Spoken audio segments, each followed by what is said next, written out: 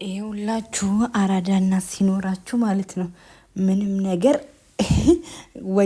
ወዲያ ማጠማዘዝ መፍራት ምናምን የለም ማለት ነው። እና ዛሬ ሀይሚና ብሩኬ ግን ሀይሚም እንደዚህ አስባ ብሩክ ሊናገር ምናምን ብላ አይደለም። ሀይሚም ለብቻዋ ነበረ ልትናገር ያሰበችው፣ ብሩክም እንደዛው ማለት ነው። እና ግን እንደ አጋጣሚ ሆኖ አንድ መጣባቸው ማለት ነው። እና ጀስት ሙሽ የሚመስላት ጅስ ኖርማል እንደ በፊቱ አንድ ላይ የሚኖሩ ከዛ ዩቲዩብ ምናምን የሚሰሩ ምናምን እንደ በፊቱ ነው የመሰላት ማለት ነው። ግን ያ አይደለም ሙሽዬ እኔ ገረመኝ ማለት ነው። እና እኔ እንዴት እንደሳኩ እንዴ አሁን ብሩኬ እኮ ነው ቁጭ ብሎ የሶፋው ጥግ ስር አሁን ገና ጨዋታው ደረ ጠጋበ ያላት ለምን በቃ እንትን ገብቷታል። በቃ ማለት ትንሽ ብቻ አሁን ለምሳሌ በቃ የወደፊት አማችሽ እሷ ናት ምናምን እኔ እኮ ድሮም ወዴ ጠርጥሯል አለች።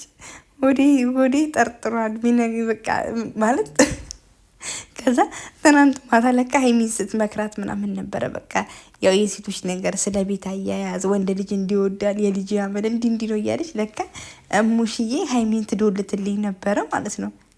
ለካ ሰው ይናጣቅማል። ግን በቃ እኔ የገረመኝ ከሁሉ ነገር ማለት ነው ጀስት ሀይሚና ብሩኬ ስላልደረሱ ማለት አሉ ትልቆች ልጆች ህፃን ልጆችም ሳይሆኑ ጀስት ሜቢ ብሩኬ 27 እንደዛ ያሉ ልጆች ናቸው። የሆነ ስለመናገር ማለት ነው ልጅም የሚባሉ አይደለም። ሙሻውን በ17 ዓመቷ ነው ትዳር ያስኩት ብላለች ስትናገር ምናምን ያለፈችበትን እናቶቻችን በጣም በልጅነታቸው ነው ሲዳሩ የነበረው እና በጣም በቃ እና ያው ልጅነት የለም ለልጅነት አታስባለች ማለት ነው። እና ሰው የኔ እናት በጣም ደስ ያላት ማለት ነው። እና ያው ምክሯ በጣም ደስ ይላል። መከረችን፣ መረቀችን፣ እናታችን ኑሪልን የሀይሚና የብሩኬ ድምቀት ማለት ነው። እና በጣም ነው የምትወዳት ሀይሚን፣ በጣም ነው የምትወዳት የሆነት ለመናገር ማለት ነው። እና በቃ እኔ ገረመኝ እንዴት እንደሳኩ በስማ እንዴት እንደሳኩ በቃ ጨረቃ ፋሚሊዎች ማለት ነው። ምን ብዬ እንደምነግራቸው አላውቅም። የእውነት ሰው ከት ብሎ ይስቃል። በጣም ነው የሳኩት።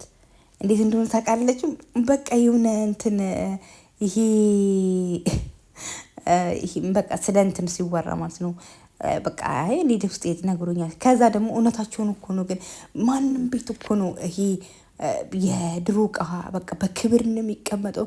ከብፌ እንዲወጣ አይፈልግም። እቃ ሲጣል አይወዱም። ይሄ እሙሽ ጋር ምናምን ሳይሆን ሁሉም እናት ጋር ያለ ባህሪ ነው። በቃ እቃ ሲጣል አይወዱም።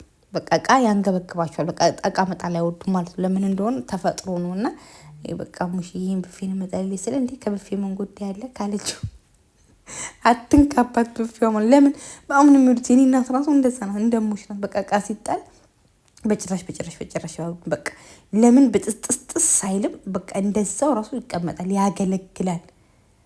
ምን አደረጋችሁ ትላለች። ምናችሁን ያዛችሁ? ምን ቦታ አጣበባችሁ? በቃ ያ ነው። እና ሙሽም እንደዛ ነው።